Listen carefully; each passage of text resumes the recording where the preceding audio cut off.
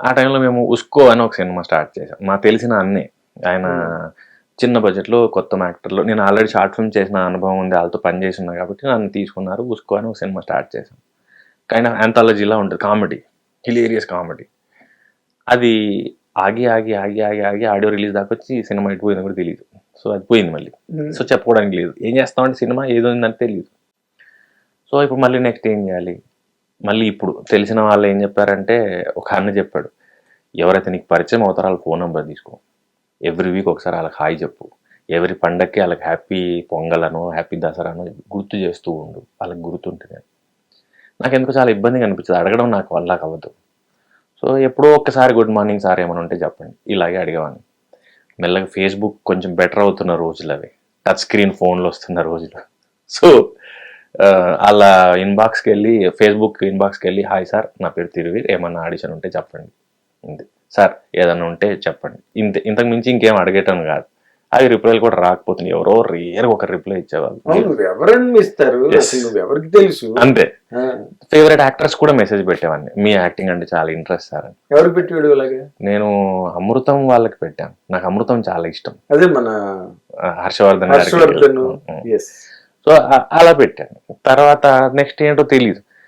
అలా ఈ ఆఫీసులకి RTC cross రోడ్కి వెళ్తే తక్కువ రేటు, 4 రూపాయలు 3.5 రూపాయలకు ఒక ఫోటో కాపీ కడిగి ఇచ్చేవాళ్ళు, ఫొటోస్ పంచేవాళ్ళం. ఇప్పుడంటే మెయిల్ వాట్సాప్లో వచ్చాయి, కానీ ఒకేసారి పౌడర్ వేసుకొని ఫోటో స్టూడియోలో వెళ్ళి ఇలా దిగి అవే 2-3 వర్షన్లు వెళ్ళి ఆర్టీసీ క్రాస్ రోడ్కి వెళ్ళి ఇవి ఒక 20 కాపీలు ఇవ్వండి, ఇవి ఒక 20 కాపీలు ఇవ్వండి అని చెప్పి తీసుకొని ఆ వెనకాల పేరు, age, height, mail ID, phone number రాసి ప్రతి ఎవరో ఒకరు కలుస్తారు గణపతి కాంప్లెక్స్ దగ్గర, ఇక్కడ ఒక ఆఫీస్ ఉంది వెళ్ళావా అంటే, ఆఫీస్ ఎక్కడ అంటే అక్కడే పైన, ఆడికి వెళ్ళి ఫోటోలు ఇచ్చి ఇందులోంచి మీకు నచ్చింది తీసుకోండి అన్న. వాళ్ళు ఏవో తీసుకొని చెప్తాంలే అన్న. ఆ ప్రాసెస్ జరుగుతూ ఉండింది. ఒకసారి మా ఫోటోలే రోడ్డు మీద కనపడేవి. అరే ఇది ఎక్కడిచ్చావరా, పడిపోయింది రోడ్డు మీద అన్నట్టు ఉండేది. సో ఇలా అవుతున్న టైంలో ఒకసారి ఆడిషన్ ఉందని చెప్తే వెళ్ళాను. అది విజయ్ దేవరకొండది ఏ మంత్రం వేసావే ఫస్ట్, అందులో ఒక చిన్న రోల్ చేశాను. సో అది రిలీజ్కి చాలా లేట్ అయింది. సో మళ్ళీ నేను చెప్పడానికి లేదు, ఏం చేస్తున్నావు అంటే ఏం చెప్పాలి తెలియదు, వేయలేదండి అని చెప్పాలి. మా నాన్న ఏమో ఏం చేస్తాడు మీ వాడంటే మీరే అడగండి అనేవాడు. ఆయనకు చెప్పడానికి కూడా ఇబ్బంది అవుతుంది మరి. సో కొంచెం ఇబ్బంది అనిపించింది. ఇన్కమ్ కూడా అంతే ఉండింది. ఇంకా నాటకాలు అప్పుడప్పుడే రేర్గా ఉండేవి. స్కాలర్షిప్ అయిపోయింది 2 years. రేడియో ఏడీ చేసిన తర్వాత రేడియో పోయింది. ఇంకా ఫైనాన్షియల్లీ స్ట్రగుల్ మళ్ళీ స్టార్ట్ అయింది. ఏం చేసినా ఏడీగా ఉన్నప్పుడన్నా మంత్లీ అట్లీస్ట్ ఎంతో కొంత వస్తుంది, ఫుడ్ షెల్టర్. సో మరి ఎలా మేనేజ్ చేసావు ఆ period? That is the most important sequence. డబ్బులు లేవు, బతకాలి, ఉదయం లేచిన నుంచి డబ్బులు అవసరం. ఎలా మేనేజ్ చేసావు అది? ఉన్నవి జాగ్రత్తగా ఖర్చు పెట్టుకోవడమే. అంటే ఎప్పుడో నాటకం వేస్తే ఎవరో 800-1000 రూపాయలు ఇచ్చి ఉంటారు, 500 ఇచ్చి ఉంటారు. అవి చాలా పొదుపుగా ఖర్చు పెట్టుకోవడం. ఇంట్లో వాళ్ళని అడగడం ఇబ్బంది ఒక వయసు వచ్చాక. సో ఎప్పుడో మీ family well to do family? ఇద్దరు పేరెంట్స్ ఫ్యాక్టరీలో వర్క్ చేసేవాళ్ళు, కార్మికులు, డైలీ వేజ్ కార్మికులు. అంతే అంతే డైలీ వేజ్. సో వాళ్ళని అడగలేము కాబట్టి ఉన్నంతలో అలాగా సేవ్ చేసుకుని ఉన్నాయి జాగ్రత్త దాచిపెట్టుకుని అలా. దారుణమైన పరిస్థితి ఎప్పుడు అంటే 2 పూట్ల భోజనం వాళ్ళు ఎలాగన్నా? అది లేదు సార్, అది ఎప్పుడు లేదు. ఎందుకంటే నా పేరెంట్స్ నాకు ఎప్పుడు పస్తులున్న రోజులు ఏం లేవు. మేము ఎక్కడి నుంచో రెంట్కి వచ్చి లేదు, ఇక్కడే ఉన్నాను. హైదరాబాద్ కాటేదాన్ని పెద్ద దూరం కాదు, అవుట్స్కట్సే. అండ్ అమ్మ నాన్న ఇద్దరు వర్క్ చేసేవాళ్ళు. నేను ఎంతో కొంత నాటకమో రేడియోనో స్కాలర్షిప్ ఏదో చేస్తున్నాను, కానీ పస్తులు ఉండి కడుపు మార్చుకొని నీళ్ళు తాగిన రోజులు అయితే ఏం లేవు. Very good. క్వాలిటీ భోజనం ఉండకపోవచ్చు. మాకు బేసిక్గా 2-3 కూరలు అలవాటు ఉండదు సార్, ఒకటే కూర అలవాటు. చిన్నప్పటి నుంచి ఒకటే కూర ఉంటుంది. అంటే ఎవరింట్లోనే అంతే. వెళ్తే వాడు పెడతాడు 3-4 అంతే. పచ్చడి ఉంటే పచ్చడే, పప్పుచారు అంటే పప్పుచారే. సో మాకు మినిమలిస్టిక్ లైఫ్ స్టైల్ అలవాటే కాబట్టి నాకు ఎప్పుడు పస్తులు ఉండే నీళ్లు తాగే రోజులు అయితే ఏం లేవు. సో తర్వాత ఇంక మెల్లగా బొమ్మల రామారం, ఇందాక మనం మాట్లాడుకున్నాం. తర్వాత బొమ్మల రామారంకి నేను కొరియా వెళ్ళా 2014లో వర్క్షాప్ కోసం, స్టేజ్ థియేటర్ వర్క్షాప్ కోసం వెళ్ళాను. ఎవరు పంపించారు? ఉదయభాను గరికపాటి గారు అని చిక్కడపల్లిలో ఉంటారు. ఆయన్ని అందరూ చరణ్ దాస్ ఉదయభాను అంటూ ఉంటారు, భూమిక థియేటర్. సో ఆయన పంపించారు. Like Japan, Korea, Bangladesh, India, ఈ 4 దేశాల నుంచి యాక్టర్స్ని లైక్ బిగ్ బాస్ హౌస్ లాగా కల్చరల్ ఎక్స్చేంజ్ ప్రోగ్రామ్ కింద వర్క్షాప్కి సెలెక్ట్ చేశారు. అప్పుడు నేను రెగ్యులర్గా చేసేవాడిని థియేటర్ ఫుల్ టైం. సో ఇక్కడ నుంచి ఇతను కొంచెం ఎమర్జింగ్ ఉన్నారు, యాక్టివ్గా ఉన్నారు అని సెలెక్ట్ చేసినప్పుడు అక్కడికి వెళ్ళాను. అక్కడికి వెళ్ళి వచ్చాక నేను స్కూల్లో టీచర్గా జాయిన్ అయ్యాను విద్యారణ్యాలు, అబ్బో సెక్రటేరియట్ దగ్గర. ఎస్. సో ఆయన నేను ఇద్దరం వెళ్ళేవాళ్ళం, ఉదయభాన్ గారు నేను ఇద్దరం వెళ్ళేవాళ్ళం. సో అప్పుడు ఇంకా నేను యాక్టింగ్ పక్కన పెట్టా, ఓన్లీ పని చేసుకుందాం, పోనీ నాటకంలో అయినా గొప్పగా ఉంటుంది అంటే తెలుగు థియేటర్లో ఎవరున్నారు ప్రముఖులు అంటే ఏదో ఒక రోజుకి నా పేరు కూడా వినిపించని అన్నట్టుగా నేను అలా పని చేసుకుంటూ ఉన్నాను ఆయనతో పాటు. సో అలాగా ఉప్పల్ కేవీస్కి, తర్వాత తెలుగు యూనివర్సిటీకి, ఆయన భూమిక థియేటర్కి, నా థియేటర్కి, నాది పాప్కార్న్ థియేటర్, నేను ఫుల్ టైం థియేటర్ చేసుకుంటూ స్కూల్ టీచర్స్గా చేసుకుంటూ ఉన్నాను. అప్పుడు ఈ బొమ్మల రామారావు డైరెక్టర్, మీరు సూట్ అవుతారో ఒక రోల్ చేయండి ప్లీజ్, 10 రోజులు వేయండి, అలా స్టార్ట్ అయింది. అక్కడి నుంచి మళ్ళీ సినిమాకి వచ్చింది. ఆ సినిమా చేసిన చాలా లేట్గా రిలీజ్ అయింది, అది ఆడలేదు, తెలియదు ఎవరికి ఉందని కూడా. కొంచెం బాధేసింది.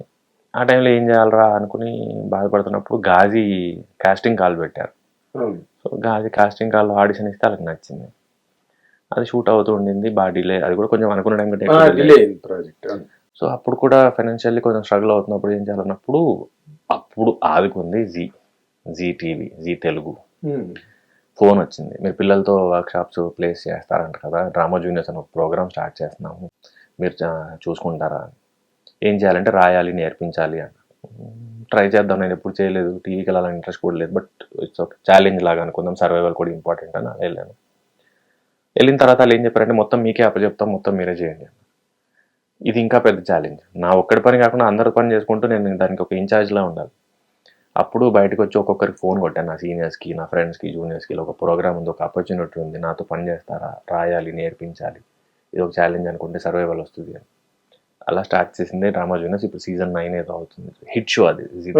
అయితే మీతోనే స్టార్ట్ అయింది అది. ఓకే. సో అక్కడ నుంచి ఫైనాన్షియల్గా స్ట్రగుల్ తగ్గింది, monthly at least once or twice shoot ఉండేది, అది హిట్ అవ్వడం వల్ల రిపీటెడ్గా షోస్ చేస్తూ ఉండేవాళ్ళు, సీజన్స్ మారుతూ ఉండేవి. కానీ సాటిస్ఫాక్షన్ ఎక్కడో మిస్ అవుతుంది, ఇది కాదు నాది. అప్పుడు జార్జ్ రెడ్డి ఆడిషన్కి వెళ్ళా, అక్కడ అది సెలెక్ట్ అవ్వడం, ఆ ప్రాసెస్లో అది షూట్ డిలే, ఆ ప్రాసెస్లో జీ సర్వైవల్కి ఉండడం, అక్కడి నుంచి పలాస ఒక నాటకం చూసి పలాసగా ఆఫర్ రావడం, అక్కడి నుంచి కరుణ్ కుమార్, అక్కడి నుంచి మల్లేశంలో ఒక చిన్న రోల్కి అడగడం. సో ఎప్పుడైతే జార్జ్ రెడ్డి రిలీజ్ అయిందో 2019 నవంబర్, అక్కడి నుంచి ఇంక నేను వెనక్కి చూడలేదు. 2019 నవంబర్ నీకు స్వాతంత్రం వచ్చింది. రిలీజ్ డేట్ ఎప్పుడు? నవంబర్ 21 అనుకుంటా సార్. ఓకే. దేశానికి 1947 ఆగస్టు 15 నీకు ఆ డేట్. సార్ స్ట్రగుల్ అప్పుడు కంప్లీట్ అయింది. అప్పటి నుంచి ఇంకా రెగ్యులర్ గా వస్తున్నాయి కాల్స్ రావడం, ఎంత తీసుకుంటారు రోజుకని అడగడం, లేకపోతే పలానా డేట్స్ ఇవి ఇస్తే మాకు చాలా అనడం, మీకు ఇంటికి కార్ వస్తుంది అది ఎక్కేసి వచ్చేయండి అన్న. అమ్మ కార్యయోగం పట్టింది అన్నమాట. అప్పుడు దాకా ఏంటంటే మీరు రండి క్యాబ్ డబ్బులు ఇస్తాము, లేకపోతే పొద్దున వచ్చేయండి, ఇలాగా ఉండింది. అప్పటికే ముందు వచ్చేయండి అని చెప్తారు, తర్వాత క్యాబ్ లో వచ్చేయండి డబ్బులు ఇస్తామంటారు, తర్వాత కార్ పంపిస్తుంటారు. స్టేజెస్ అన్ని స్టేజెస్ చూసావు. బిగినింగ్ డేస్ లో బస్కే వెళ్ళేవాడిని, లేదు నీకేమైనా ఉస్కో బొమ్మల రామారావు చేసినప్పుడు పాసే. అదే కదా మరి, మీరు ఇనిషియల్ గా స్ట్రగ్లర్స్ మరి ఆ టైంలో అలాగే ఉండాలి, అలాగే ఉంటారు, అంతే, తప్పదు. సో జార్జి రెడ్డి వచ్చిన తర్వాత మొత్తం కష్టాలు పోయాయి. సో నువ్వు కొత్త ఫేజ్ లోకి ఎంటర్ అయ్యాను. ఆ లైఫ్ లో నీకు మర్చిపోలేని సంఘటనలు గానీ, లేకపోతే that really turn the events for you. George రెడ్డే తిప్పింది, టర్న్ చేసింది. తర్వాత కూడా వెరీ డిఫికల్ట్ కదా. ఇప్పుడు నువ్వు ఏమవుదాం అనుకున్నావో, ఏమయ్యావో, దాని మీద నీ కామెంట్ ఏంటి? నేను ఫలానా అవుదామని ఎప్పుడు అనుకోలేదు సార్, ఉద్యోగం చేయొద్దు అనుకున్నాను అంతే. అదే నీవు వద్దనుకున్నది అదొక్కటే. అంతే. నేను క్యారెక్టరా, హీరోనా, విలనా ఎప్పుడు అనుకోలే. షూటింగ్, సినిమా, రోజు కొత్త ప్లేస్, రోజు కొత్త మనిషి, రోజు కొత్త క్యారెక్టరు. మన ఫ్యాక్టరీ కాదు, అంతే, సినిమా ఫ్యాక్టరీ అంతే.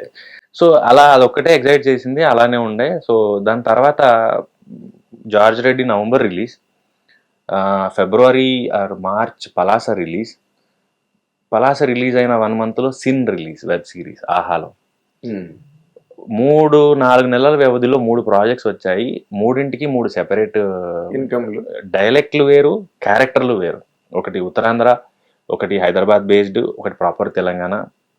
అండ్ 3 క్యారెక్టర్ లుక్కులు వేరు. ఒకటి ఇక్కడ దాకా మీసం ఉండి వెరైటీగా ఉంటుంది, నార్త్ ఇండియన్ లాగా. అది మీ థియేటర్ నుంచి వచ్చిన వాళ్ళకి భలే ఇష్టం కదా అవి, రకరకాల మారు వేషాలు కట్టేయాలంటే. డైరెక్టర్స్ కి ఎక్కువ విజిబిలిటీ, అంటే ఓహో వీడు ఇలా కూడా ఉంటాడు, ఓహో ఈ డైలాగ్ కూడా మాట్లాడగలుగుతాడు, మోర్ ఆప్షన్స్ కనబడ్డాయి వాళ్ళకి. Sin, Palasa and George Reddy.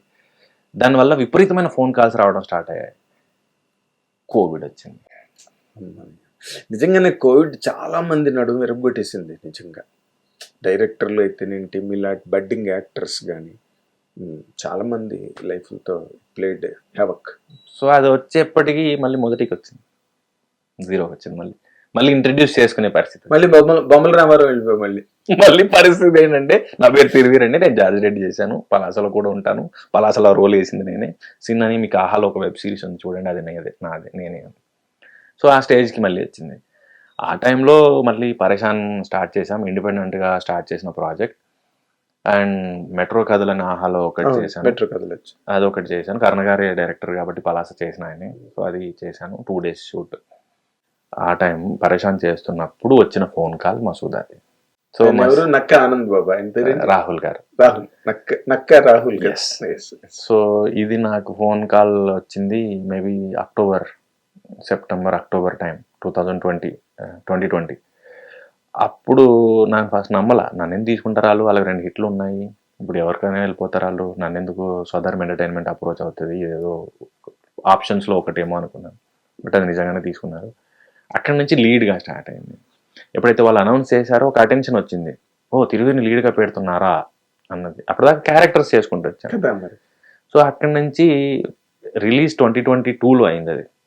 అక్కడి నుంచి మళ్ళీ ఓన్లీ లీడ్గా అడిగారు. ఎప్పుడో ఒకటి పెద్ద సినిమాల్లో ఒక చిన్న రోలు, లేకపోతే నెగిటివ్ రోలు, అలా ఉడుగుతున్నారు. 2019లో నేను ఓకే చేస్తానని ఒప్పుకున్న ఫిల్మ్ టక్ జగదీష్ 2020లో షూట్ చేశాం. 2021 or 2022 రిలీజ్ అయింది. అది వచ్చాక నెగిటివ్ రోల్స్కి ఎక్కువ అడిగారు. హిట్ టీవీ యాప్, ఇందులో short news, live news, entertainment shows, movies, digital magazines తో పాటు మీ జిల్లా వార్తలను కూడా ఫ్రీగా చూడొచ్చు. ఇంకెందుకు ఆలస్యం, వెంటనే హిట్ టీవీ యాప్ ని డౌన్లోడ్ చేసుకుని ఫ్రీగా ఎంటర్టైన్మెంట్ పొందండి. Hit TV app. Hit TV app. Please download hit TV app. Hit TV app ని ఫ్రీగా డౌన్లోడ్ చేసుకుని ఎంజాయ్ చేయండి. మీకు నచ్చిన ఎంటర్టైన్మెంట్ కోసం హిట్ టీవీ యాప్ ని ఫ్రీగా డౌన్లోడ్ చేసుకుని ఎంజాయ్ చేయండి. హిట్ టీవీ యాప్ ని డౌన్లోడ్ చేసుకుని ఆస్వాదించండి, ఆశీర్వదించండి. ఇంతమంది సెలబ్రిటీలు హిట్ టీవీ యాప్ ని డౌన్లోడ్ చేసుకోండి అని చెప్తున్నారంటే ఎంత మంచి యాప్ ఆలోచించండి. అమెరికా అమెరికా అమెరికా అమెరికాలో చదవాలనుకునే వాళ్ళకి విశ్వసనీయమైన పేరు మన శౌర్య కన్సల్టెన్సీ. UK లో 1 year masters. UK లో 1 year masters. 2 years work permit up to 5 years visa. Contact Saurya Consultancy. Contact 89851 89851.